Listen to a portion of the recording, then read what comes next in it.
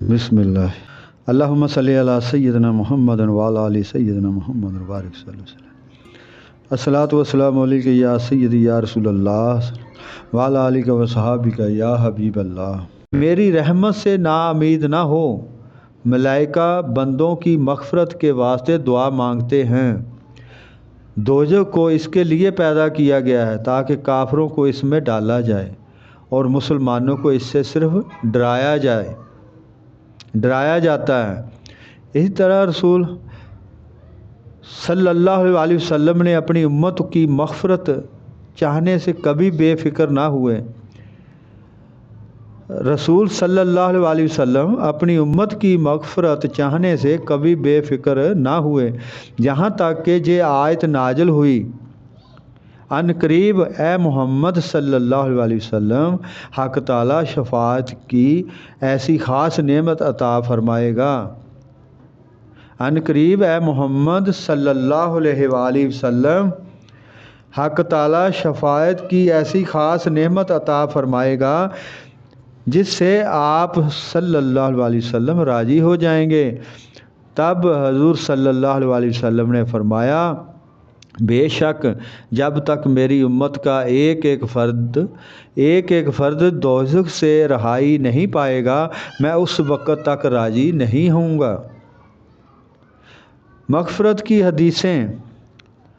حضور سید دو جہاں صلی اللہ علیہ وسلم فرماتے ہیں کہ میری امت مرحومہ ہے، میری امت مرحومہ ہے، ان کا عذاب دنیا میں فتنہ اور زلزلہ ہے۔ جب قیامت کا دن آئے گا، ہر ایک مسلمان کے ہاتھ میں ایک کافر کو دے کر کہا جائے گا کہ یہ دوزخ سے تیرا فدیہ ہے۔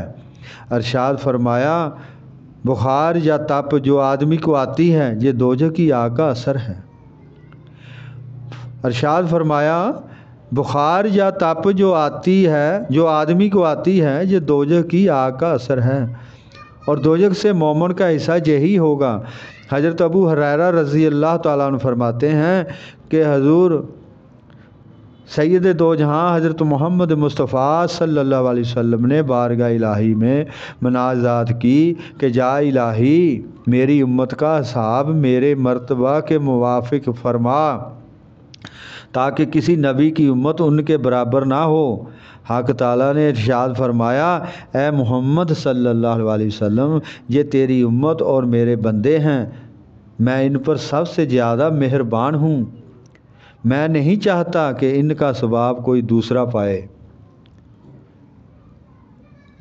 رسول صلی اللہ علیہ وسلم نے فرمایا، میری حیات میں تمہاری بھلائی ہے، میری حیات میں تمہاری بھلائی ہے اور میری ممات میں بھی، کیونکہ اگر میں زندہ ہوں تو شریعت کے حکام تم کو سکھاؤں گا، اور اگر وفات پا جاؤں تو تمہارے اعمال میرے سامنے لائے جائیں گے۔ جو عمل تمہارا نیک ہوگا اس پر خدا تعالیٰ کی حمد اور اس کا شکر بجا لاؤں گا، اور جو عمل بد ہوگا اس پر مغفرت چاہوں گا۔ ایک دن آپ صلی اللہ علیہ وسلم نے بارگاہ رب العزت میں اس طرح خطاب فرمایا، جبریل علیہ السلام نے کہا، یا محمد صلی اللہ علیہ وسلم اس کے معنی تو یہ ہوئے کہ تقصیر بخش دیں اور اس کو نیکی سے بدل دیں۔ آپ صلی اللہ علیہ وسلم نے فرمایا کہ جب بندہ گناہ کر کے استغفار کرتا ہے تو حق تعالیٰ فرماتا ہے، اے فرشتوں تم دیکھو کہ جب میرے بندے نے گناہ کیا تو اس نے سمجھا کہ اس کا ایک مالک ہے جو تقصیر کا مواخذہ کرے گا اور بخش دے گا، تم گواہ رہو کہ میں نے اس کو بخش دیا ہے۔ رسول صلی اللہ علیہ وسلم نے فرمایا کہ حق تعالیٰ فرماتا ہے، اگر میرا بندہ آسمان بھر کے گناہ کرے اور پھر استغفار کرے